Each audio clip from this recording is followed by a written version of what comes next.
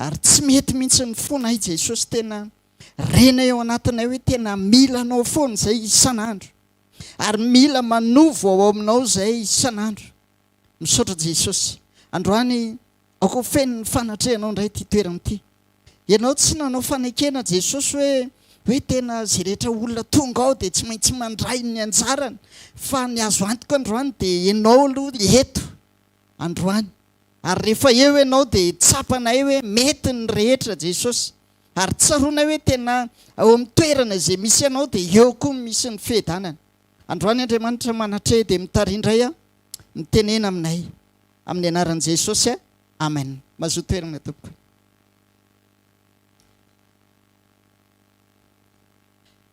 Sarobidy be ho antsika ty fotoana androany ty. Amen. Masarobidy azy dia zao hoe miteny Andriamanitra. Ary rehefa miteny Andriamanitra dia ny tsara indrindra dia zasy ianao tonga dia mandray dia miaina an'ilay izy. Amen. Tsisy dika zany ty fotoana ty raha ohatra ka hoe misy tenin'Andriamanitra be dia be ho zarainy eto dia faly be ianao mahaino an'ilay izy nefa tsisy miaina antsika ilay izy.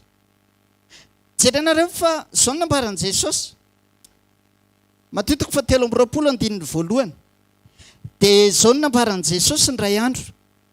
Tamin'izany Jesosy dia niteny tamin'ny vahoaka sy tamin'ny mpianany ka nanao hoe eo amin'ny fipetrahan'i Mosesy ny ipetrahan'ny mpanoradalàna sy ny fariseo, koa amin'izany zay rehetra lazainy dia ataovy ka tandremo, fa aza mba manao araka ny asany satria miteny ihany izy nefa tsy manao. Navarina tamin'ity teny ity dia zao Jesosy reto tonga teto ambonin'ny tany nanitsy ny zavatra tsy mety rehetra. Mosesy indray voakina teto satria maninona hozy izy Jesosy mpanorandalàna sy fariseo apetraka ao amin'ny fipetrahan'i Mosesy. Dia Mosesy zany le miteny zao ny didy zao ny lalàna zay tsy makatoa an'io voaosony, nefa izy tsy makatoa taizany nararaka Mosesy. Hozy izy tenin'Andriamanitra miteny Andriamanitra tamin'ny Mosesy hoe teneniny zanak'Israely tsisy mahazo mandeha manambady olona hafa ivelan'ny firenen'i Israely. Inona ny natao Mosesy? Napakatra vehivavy Kosita. Hitany hoe le sarobidy ao anatin'ilay izy hoe zay mihitsy le tian'Andriamanitra, tsy faly miaino ianao fa tonga dia mi-exécuter zay tenenin'Andriamanitra. Dia hozy izy Jesosy hoe ohatr'izany ny mpanoradalàna sy ny fariseo fa nareo tsy tokony ohatr'izany. Amen. Ary zay mihitsy zasy ianao androany. Androany zany ny important dia zao misy tenin'Andriamanitra kely ray voarainao dia zay ny iainanao. Averiko ny lesona maly raha tsy teto ianao. Ny tenin'Andriamanitra rehefa tonga eo amin'ny fiainan'ny olona anankiray dia hozy izy pasteur Jao maly hoe tonga logos izy aloha, information eo amin'ny fiainanao. Dia rehefa tonga information izy dia zao androany zao zasy ianao samy mandray teny dia lasa information voarainao ilay izy dia faly ianao. Dia tena hoe tena nafinaritra be ny tenin'Andriamanitra iny. Fa zao aza mijanona eo fa tokony tonga rema ilay izy, velona ao anatinao ilay teny, révélé indray ilay izy, rehefa aveo lasa révélation. Ary ny farany Zoé ilay izy lasa fiainana. Alleloia. Zany hoe ny information tokony voarainao androany zany tokony ho lasa Zoé rehefa miala eto ianao. Amen. Zay amin'izay mahatonga an'ilay izy hoe tsy mety ianao raha mandray teny fa tsisy zavatra lasa fiainana iainanao ilay izy. Ka androany ninona teny ozy ak na zavatra ray ara voarainao androany dia lasa Zoé ilay izy, lasa fiainana. Satria maninona? Inona le Zoé? Le Andriamanitra avy namorona ny Adama dia nasiany fofonaina mahavelona. Dia rehefa tonga koa Jesosy dia hozy izy hoe raiso ny fanahy masina Zoé. Dia androany raisinao le Zoé androany. Amen. Misy olona vonina andray an'izay fiainan'Andriamanitra izay ve androany? Dia afa mafy an'i Jesosy. Andao mamaky tenin'Andriamanitra avy hatrany ary tsika. Korintena 1:17. Korintena 1:17 dia ny 9:7. 13:9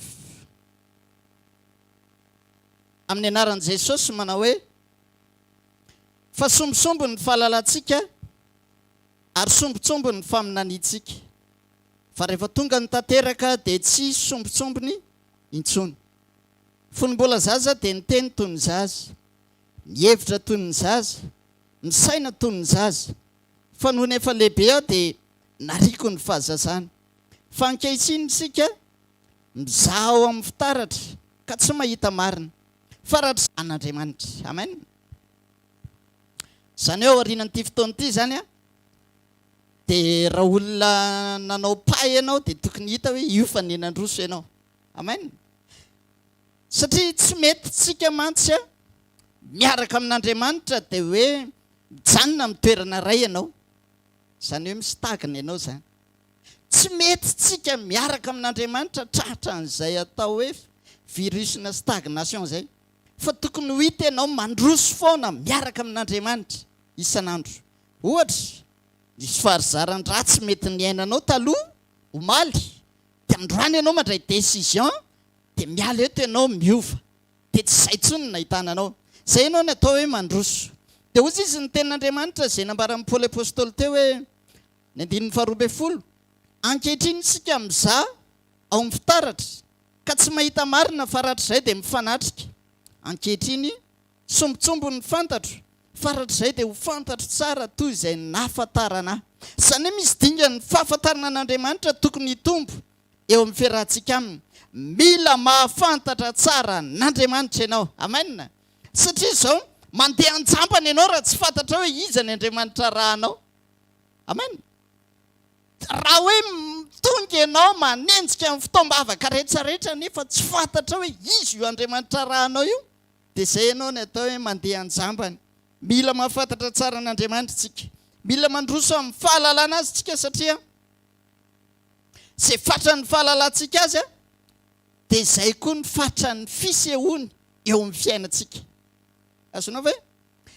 Izay fatra ny fahalalanao an'Andriamanitra dia ohatr'izay koa ny tsy maintsy fatra ny sehoany eo amin'ny fiainanao. Raha fantatrao izy fa izy mahefa ny zavatra rehetra dia izao tsisy zavatra ho impossible zany eo amin'ny fiainanao. Amen. Satria fantatrao izy hoe tena vita ny zavatra rehetra, hainy ny zavatra rehetra. Averiko, ozy izy mpanompon'Andriamanitra dia mandeha Petera nanana fahalalana n'Andriamanitra, fahalalana ny Jesosy mihoatra noho ny 12 nafantatra mihoatra ny Jesosy noho ny 12 Petera. Dia zany no nasahin'i Petera ny teny hoe raha vao zavatra vita ny Jesosy dia possible vitako. Dia ozy izy hoe mpianatra rehetra mbola mijery Jesosy mandeha eny ambony rano dia ozy izy sasany hoe matotoa io. Dia ozy izy Petera, Jesosy io fa tsy matotoa. Dia ozy izy raha teny ianao ary io Jesosy dia atsovy makeny aminao dia andeha. Dia ozy izy Jesosy avy ary hitanao fantany hoe misy zavatra fantatro. Dia io fahafantarany an'Andriamanitra io dia io koa ny sehon'Andriamanitra taminy. Amen. Raha nananao zany finoana mandeha ambony rano zany, fantatra hoe vitan'Andriamanitra io dia vitanao koa. Amen. Le finoana mihitsy ny tian'Andriamanitra ho tafatoetra ao amintsika androany.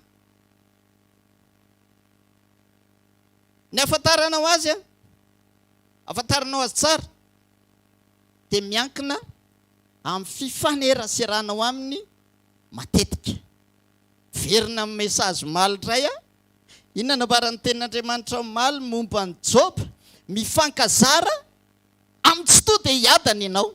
Zany hoe fifankazaranao, fifaneraseranao amin'Andriamanitra dia mampitombo ny fahalalanao azy misy kokoa. Alleluia. Zany tsika zany tokony ny olona tsy mionona eo amin'izay toerana misy atsika fa isan'andro tokony liana foana ianao mitady an'Andriamanitra eo amin'ny fiainanao. Dia normal be reto Petera raha nahafantatra Jesosy misy kokoa. Satria maninona? Jerevany isaky mandeha Jesosy dia atsony nitokany Petera, John, Jacob. Zany hoe misy dingany fifaneraserana mihoatra noho ny mpianatra rehetra tao amin'ny Petera. Dia izay no nahafantarany an'i Jesosy misy kokoa. Dia le fahafantarany an'i Jesosy misy kokoa dia iny koa ny lasa faka nampiorina amin'izay ny fijoroan'ny petera hatramin'ny farany. Tsy mety zasy ianao raha tsy mifakazatra amin'Andriamanitra. Andao hifanerasera misimisy kokoa amin'Andriamanitra isan'andro. 4 minitra ianao mivavaka isan'andro. Ampitomboy ilay fatran'ny fifaneraseratsika amin'Andriamanitra fa arakaraka ny ampitombotsika ny fifaneraseratsika aminy dia manomboka fantatritsika izy. Ampitomboy ny fahafahanao mamonjina mbola misy fotoam-bavaka ahafahanao mandray tenin'Andriamanitra dia mandehana foana. Fa arakaraka ny ohatra hoe arakaraka ny andehananao zao mamonjy sekoly dia mitombo ny fahalalana ao anatinao. Mitombo ny fahafantaranao an'Andriamanitra. Misy zavatra revelena amin'Andriamanitra aminao foana amin'ny fotoana atokavanao. Rehefa mitombo ny fifaneraseranao amin'Andriamanitra dia mifakazatra aminy ao mivavaka ianao dia hoy hoe mitombo ny fahalalana azy. Androany izay atao hoe fréquentation amin'Andriamanitra izay tsy maintsy tediavintsika sianao androany. Amen. Mba ho isan'ny olona tena mifakazatra amin'Andriamanitra sika. Dia izao le mesazy omaly hoe zaro amin'ny lalana tokony alehany zaza fa nahantotra ary izy tsy miala amin'iny. Hitanao amin'izay le izy zaronao amin'ny zavatra tsara ny fiainanao dia tsy mety miala amin'iny lalana iny ianao. Dia hitanareo izay matoka le hoe fahazaran-dratsy. Satria ny zaronao tany amin'ny zavatra ratsy ny lalanao dia lasa fahazaranao le izy, lasa fiainana. Dia ndao hifankazatra amin'Andriamanitra, ndao hifanerasera misimisy amin'Andriamanitra sika. Resaka tantaran'ny olona anankiray nifankazatra tamin'Andriamanitra. Dao jerentsika tantaran'i Job. Inona ny zavatra niainan'i Job? Ao amin'ny Job toko voalohany eny jerentsika ten'Andriamanitra. Nafinaritra le izy satria Andriamanitra mijoro vavolombelona ny amin'ny olona anankiray. Ny andininy voalohany dia hozy izy ten'Andriamanitra nisy lehilahy tany amin'ny tany Oza, Job no anarany. Ary marina sy mahitsy izany lehilahy izany, sady natahotra an'Andriamanitra ka ny fady ny ratsy. Andriamanitra izany nijoro vavolombelona dia ao ambany izy miresaka hoe rehefa tonga Satana teo amin'ny fanatrehan'Andriamanitra dia hozy izy Andriamanitra hoe efa hitanao ve Job mpanompoko? Fa tsy misy olona toa azy eny ambonin'ny tany. Andriamanitra mijoro vavolombelona dia hozy izy hoe izany lehilahy izany Job izany sady olona marina mahitsy matahotra an'Andriamanitra. Izay izany ny fahitan'Andriamanitra ny Job. Fa inona ny sekrean'io fijoroan'i Job io? Ny fankazatra tamin'Andriamanitra izy. Aleloia. Ary ny testa amin'izay Andriamanitra mihitsy io. Satria maninona? Fantany Andriamanitra. Aleloia. Ahoana ny nambaran'i Job? Hainao tsara le tenin'Andriamanitra. Job 19:25.